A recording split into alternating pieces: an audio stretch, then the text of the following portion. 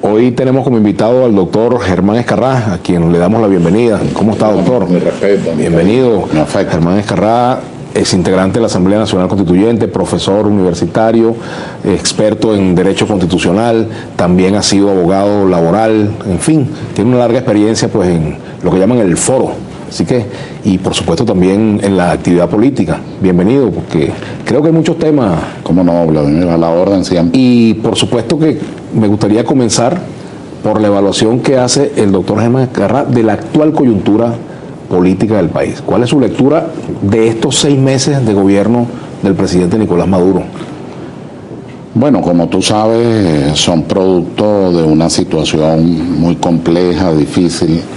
Incluso en el orden constitucional se plantearon grandes debates que finalmente la Sala Constitucional, de manera muy heroica desde mi punto de vista, fue poniéndole un poquito de orden a la institucionalidad para no caminar hacia la aventura rupturista.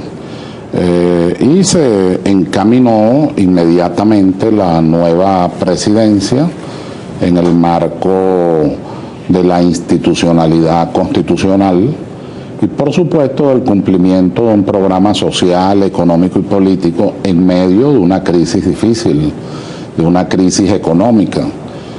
Todos sabemos que hay una crisis general, Grecia, Portugal, Francia incluso, Alemania, que pareciera que no, pero he leído economistas que hacen observaciones futuristas no muy buenas en relación a Alemania.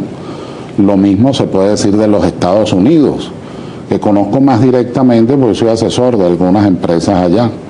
Y la verdad es que Venezuela ha intentado hasta ahora capear ese temporal de orden económico, pero es muy complejo y difícil. Hay problemas de naturaleza social y también hay sectores que de la misma forma como buscan mantener los equilibrios necesarios en la democracia, el respeto a la disidencia, a la pluralidad de las ideas, investidos más que de una valoración hacia los intereses nacionales, están más en la idea de producir o ahondar esa crisis, buscando un mecanismo de alternabilidad de facto y no un mecanismo de alternabilidad constitucional.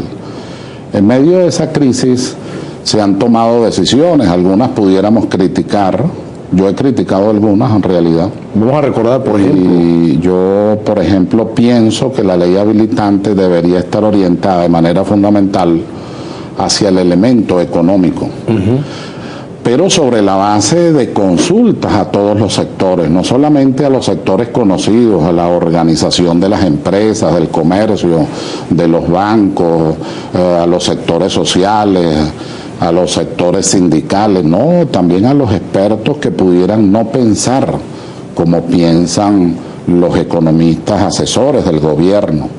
Fíjate, no sé si le haré daño, pero esta es una persona que yo no conozco en lo personal, te puedo decir que nunca lo he tratado, pero sí lo sigo, que es el doctor Pedro Palma, miembro de la Academia de Ciencias Económicas. Creo que es una persona que hay que consultar, como hay que consultar otros para poder diseñar una política de Estado. La diferencia entre una política de gobierno y una política de Estado es casualmente esa. Que la política de Estado tiene que estar sustentada en el apoyo de todos los sectores, en el consenso, en la búsqueda del diálogo, como nos lo dijo el Papa. El Papa hace no sé si menos de un mes, creo que fue la frase extraordinaria, marmoria, donde nos decía a los venezolanos, por favor, busquen la paz a través del diálogo. Nos los ha dicho el pueblo en la última elección. Colocó a las dos grandes posiciones en situación de tener que dialogar sobre los grandes. Desde la oposición reclaman, doctor Escarrá, desde la oposición reclaman que quien debe dar el paso en la búsqueda del diálogo es quien está en el gobierno. Yo lo creo así, yo creo que hay que tener en eso, yo te voy a hacer una confesión, nunca he hecho, no la he comentado a nadie, pero... ¿Aquí entrenó? Sí, acá entre nosotros yo le envié antes que Chávez falleciera una carta y además a 2 personas más, una de mucha influencia en el gobierno y otra también donde le pedía, por favor, que el Consejo de Estado, que en ese momento iban a nombrar, o sea, tú lo recuerdas, yo fui el ponente del Consejo de Estado en la Asamblea Nacional Constituyente.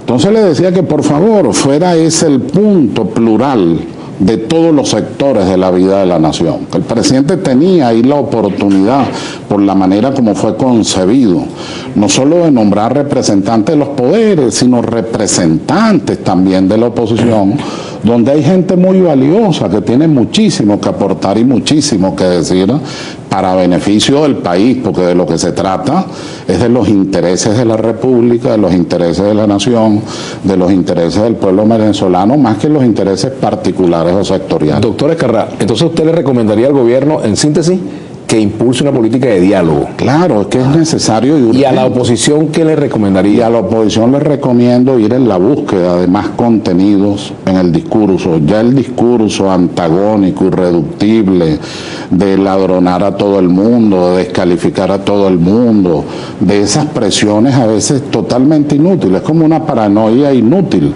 en el orden sociológico de la política. Yo le pediría que tienen grandes talentos y que esos talentos los pongan al servicio de la nación y que en ese sentido, desde la disidencia, desde la diferencia, desde los puntos de vista diversos, podamos elaborar un programa para avanzar en las eventuales mayores crisis a las que podría estar sometido el país.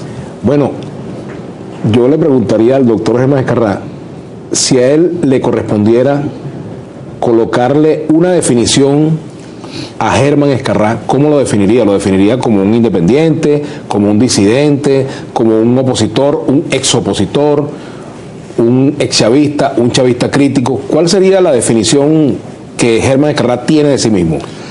La que me acaba de dar un amigo, hablando de Winston Churchill. Esa sería mi definición.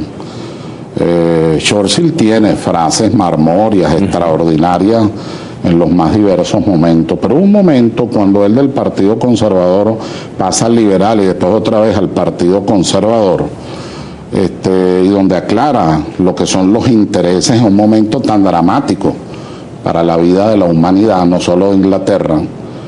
Él llegó y dijo, haciendo una diferencia entre principios y partidos, decía, ¿y quién se queda en los partidos pero traiciona los principios? Yo me voy de los partidos, pero defendiendo los principios.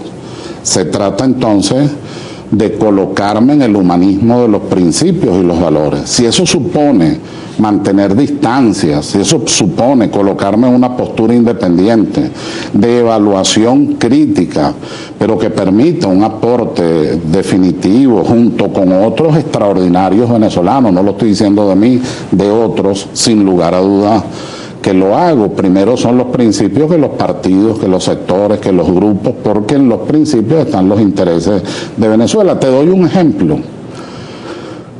Una de las cosas que hay que aplaudirle al gobierno de Nicolás Maduro es casualmente lo que acaba de ocurrir en relación a Guyana. Y la nave esta, pues que estaba ya en aguas venezolanas, violentando la soberanía nacional. Ahí se tomó una decisión, por supuesto, de naturaleza militar, pero los que conocemos un poco cómo es ese procedimiento, esa decisión, como el Caldas con Lucinchi, no se hubiera tomado sin la aprobación del comandante en jefe de las Fuerzas Armadas, que es el presidente de la República. Bueno, ahí todos los venezolanos, unos de manera más emotiva, otros quizás no, pero debo reconocer, todos los venezolanos entendieron, esta es una posición de soberanía, esta es una posición de Venezuela y esta es una posición que hay que apoyar todos los sectores de la vida de la República. Vamos a hacer una pausa y al regreso seguiremos conversando con el doctor Germán Ezcarrá. Ya venimos aquí en Vladimir a la Una y ustedes van a poder participar a través del Twitter, nuestro Twitter, @Vladimir a la Una _GB. Ya venimos.